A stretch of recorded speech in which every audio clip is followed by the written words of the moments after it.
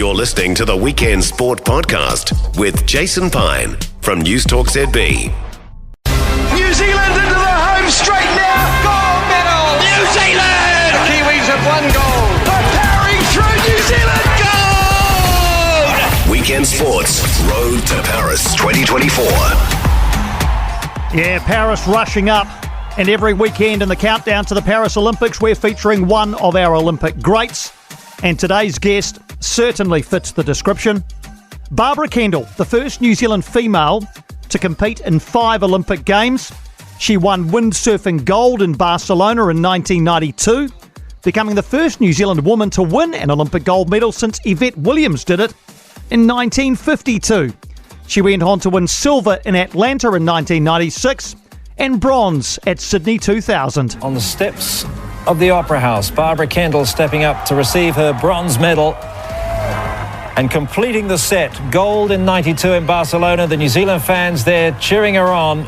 Part of the New Zealand team there as well. The silver medal, she won in Atlanta.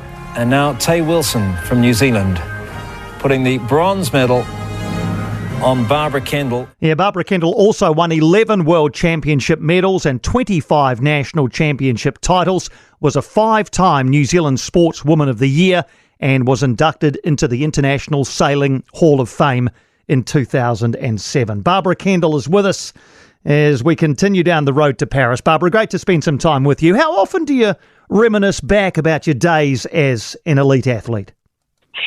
Actually, it feels like a past life, and it feels like it all happened to somebody else. When you were listing off everything, I was like, wow, that's pretty cool, actually, yeah. So I'm a little bit removed at the moment, but when I do sort of reflect, I go, wow, how the heck did I ever do that? Well, I think a lot of your competitors probably thought the same thing, but when we take it all the way back, can we take it back to how it began for you in windsurfing? How did it begin? So I was 16 years old when I first started windsurfing. I came from the local yacht club sailing background, so just sailing the local P classes and starlings, like a lot of our top sailors do. And then windsurfing was a brand new sport, and I was quite a small person, so that was really the only, and we didn't have a lot of finances behind us, so it was really the only option in sort of the sailing avenue. Plus, it was a lot of fun. It was very trendy, a bit like what wing foiling is now. So the latest foiling class that's eventuating as we see before our eyes in around the beaches and stuff. And so it was incredibly exciting. There were lots of opportunities. And so I started windsurfing. And so my sport wasn't in the Olympic until 92. And I probably began windsurfing, I think it was like 84. So there's quite a few years to fill in between. And so my dream really was to get overseas and go and live in Hawaii, where all the best sort of shortboarders and the professional tour was based. And so that's kind of how it all started. And so left school, got part-time jobs, and then raised enough money so I could get over to Hawaii, sail with the best. And then when my sport became Olympic, it was just like, well, that's what I want to do. Mainly it was only for men in 84 and 88, and then when it was women in 92, it's just like, there we go. Of course, your brother Bruce won bronze in 84, gold in 1988. How much motivation did he provide for you? Well, he was really pivotal, actually, because if your brother can win Olympic medals, then I didn't see any reason why I couldn't. And so he really led the way for our success in windsurfing, which, as a class, we enjoyed a lot of it right up into 2008. I just figured that if I did everything that he did and followed along, I was going to be pretty good. And it was a really good formula. Obviously turned out to be a very, very good formula. So they had we talked about, peak performance, and we were probably ahead of our time in the way that we prepared, the way that we focused, and how we ran our campaigns. It was a really great success formula, really. Absolutely. Now, am I remembering this correctly? Did you break your wrist in the lead up to Barcelona? Yeah, correct. So just 2 days before Christmas, I got run over by a motorboat, and it shattered my scaphoid bone. And I was rushed to hospital and, got it stitched up and then was told by a very amazing person, I don't even know who it was, because if he said to me, Barbara, don't tell anyone. But I know who you are, and I've seen your x-rays, and he was an intern. If you don't go and see a specialist, you're probably won't heal properly. So then I marched myself out of the hospital, got my doctor to find a surgeon, and he told me, Barbara, I'm not sure if you're going to be able to windsurf again, but we've done the best that we can, screwing and pinning your wrist together. And I refused to believe that the dream was over, and it really just fueled my attitude, fueled my energy, fueled my motivation, and it made me realise how lucky I was to be an athlete, and it just changed my attitude within weeks. And I think that was very instrumental in why I won the gold medal as well, because I was just so stoked and just so motivated and just so happy to be there. Amazing. Can you remember what your realistic expectations were going into the Barcelona Olympic Games? Did you feel like you were a gold medal prospect? I always felt like I was a medal prospect. In all the 5 Olympic Games, I always felt like I had the ability to win or to medal. And I've never really doubted that all the way through. There was no limiting beliefs within my psyche for that. And so leading up into Barcelona, I think the thing that I was going to run out of was time, because I'd lost, a good 2 months being out. And I hadn't sailed the Olympic board that often because I'd been concentrating on the professional circuit because I needed to earn money. And there was no money, obviously, in the Olympic Games, and you weren't allowed sponsors and all sorts of things. So I'd left my runway really late. And, it was a really interesting lead up for it. And so when you got there and you started competing, when did it become apparent to you that actually, hey, I can end up on the top of the podium here? Well, because we didn't have a lot of finances either, I had second-hand equipment that I'd been training on. So I did a World Championships where I got 13th. And then we went up to Norway in our European Champs and that was sort of like a month. We spent like 4 months in Europe. 5 months in Europe or something, and then we went to the European Championships, which was about 2 months out from the Olympics, and I'd ended up third in that regatta. So, and by the time we got to Barcelona, and we were training off Barcelona, and we were there for a good 3 or 4 weeks, I was just getting faster and faster and stronger and stronger. And because I was sailing with Bruce and Aaron McIntosh every single day, who are boys, who are usually faster than girls, and hanging on to them, I knew I was going quick. And then when the girls started arriving and we started to sort of doing practice races and things, I was like, hey, I'm actually as quick as all these girls. Now I just have to sort of do what I know how to do, and that's just race. And then when we got given the Olympic equipment, because it's one design and everybody and the equipment is supplied, I had brand new equipment instead of racing old dungaree old sails that had blown out. And I went up another notch. And so in a lot of the lead-up races, I was on pace with all the top girls. And so then it was, I was in the game. What's it like standing on the top of a podium, gold medal around your neck, national anthem being played? What's that like? It was very surreal.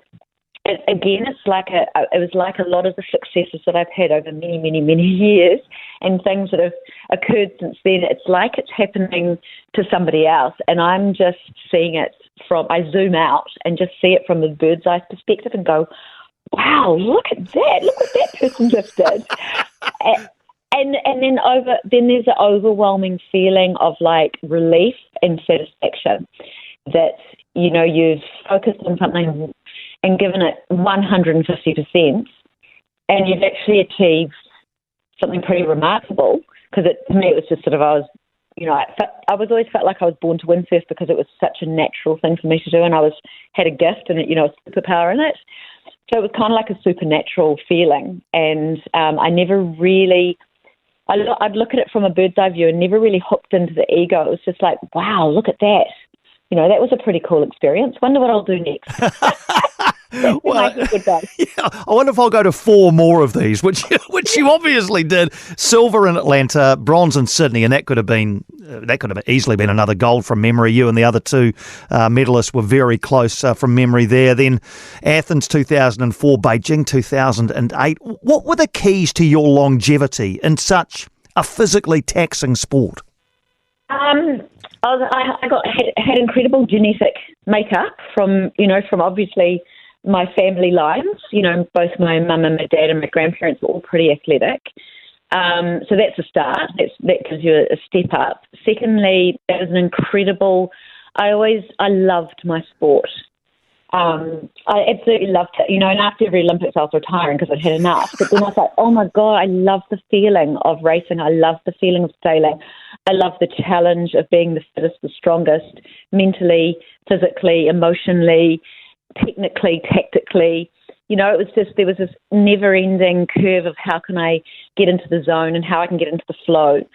Then I had an incredible bunch of people around me that supported me, like my husband. He sort of he was on the scene right from the very beginning, from pre-Barcelona, and then Grant Beck, who was our coach and sort of oversaw everything, and Bruce, and then I had an amazing performance coach called Janice McLennan, who, she was way ahead of her time, who was like a masseuse, mind skills, mind, body, soul type person, and she was my right-hand woman from 95 all the way through.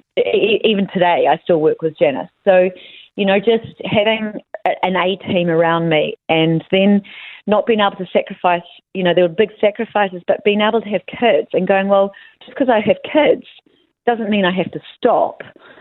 And then I thought, well, I'll give a World Champs a go. This is after Sydney and just before Athens. And I thought, I'll give the World Champs a go when my daughter was 14 months. And because I was just so happy to be on the water again, I ended up winning those World Champs just because I was fit. Never underestimate the power of being a mother and how much strength and energy it takes. And that was an incredible build-up. And plus I was so free in the brain and just so happy, and ended up winning that, and that qualified me for Athens. And so, and it got harder. It definitely got harder. By 2008, when I was 41, with 2 kids in tow, it was really a grind, and it was trailblazing, really, in a way. And there wasn't a lot of like, oh wow, that is so amazing, Barbara. You're competing with 2 kids. I cannot believe you're still getting second in the world. It was like, it's about time you retired, Barbara. But I was sort of up against it from the perception of people around me a little bit. And so I was sort of out to prove a point in a way, and it was tiring. It was sort of pushing it a little. Oh, but astonishing achievement. But did you know, going into Beijing, did you know that would be your last one? You said before, after each one, you said, hey, I'm going to call it quits. But did you know after Beijing, or even going into Beijing, that was going to be it for you as far as the Olympics were concerned? Yes. I probably went into Beijing going, this is really hard. I'm not sure if I'll be able to pull another 4 years off with 2 kids in tow that are getting older, that I can't just pull out of primary school and drag them around the world with me for months upon end, because we had to be overseas for so many months, and I wasn't going to fly back and forth because you never have enough money. So we sort of based ourselves in Europe, going from event to event and homeschooling the kids and training and competing and running a campaign and servicing sponsors and an International Olympic Committee member. It was massive, a massive amount of focus and work, and I was exhausted. But the interesting thing was I coached the Australian girls for 2012, so for the next Olympics in London, and a lot of the times I was a training partner. So I would actually go on the water and race, and I was faster and as fast as most of the girls still. When I was training, I think, oh, maybe I should do it again, because I probably would have qualified and do it again, but I was just like, no, I've had it. This is enough. It is an incredible career that you forged, and beyond your competitive days coaching, as you say, but you've been involved in the IOC and many other programs as well, the Athlete 365 Career Plus program, International Surfing Association Vice President. I'm not sure where you find the time. What takes up most of your time right now? Well, actually, most of my time right now is looking after 2 teenage daughters, actually young adult daughters, who have been competing at elite level as well, and both represented New Zealand last year in their respective sports. So one's in water polo and one's in wind foiling, which is the latest Olympic class. And managing their campaigns, their the high performance environments. It's very natural for us, but sort of managing that, and then also I've been running workshops, high performance workshops, for anyone who wants them, actually. So based on all the knowledge and all the insights that I've had, I've been putting workshops together, and a lot of it has been transferred to the Athletes 365 for the International Olympic Committee's Career Plus program. So mentoring a lot of athletes, coaching a lot of athletes, working in the corporate world, running high performance, corporate athlete style workshops, just to try and keep the money coming in to keep funding these two daughters of mine. Incredible. Barbara, it's been such a delight to catch up. I always enjoy chatting with you. You're inspirational to a lot of people, both as an athlete and what you're doing now. I hope your daughters, I'm sure they will follow in your footsteps. Maybe there'll be more success and more medals to come from those two as well. Thank you so much for taking the time for a chat today. Pleasure. That's Barbara Kendall, our latest guest on the road to Paris. Every Sunday just after 2, we'll chat to a great Olympian from days gone by. What a delight to catch up with Barbara Kendall. 5 Olympic Games, 3 Olympic medals, including that historic bronze in 1992 in Barcelona. For more from Weekend Sport with Jason Pine, listen live to News Talk ZB weekends from midday or follow the podcast on iHeartRadio.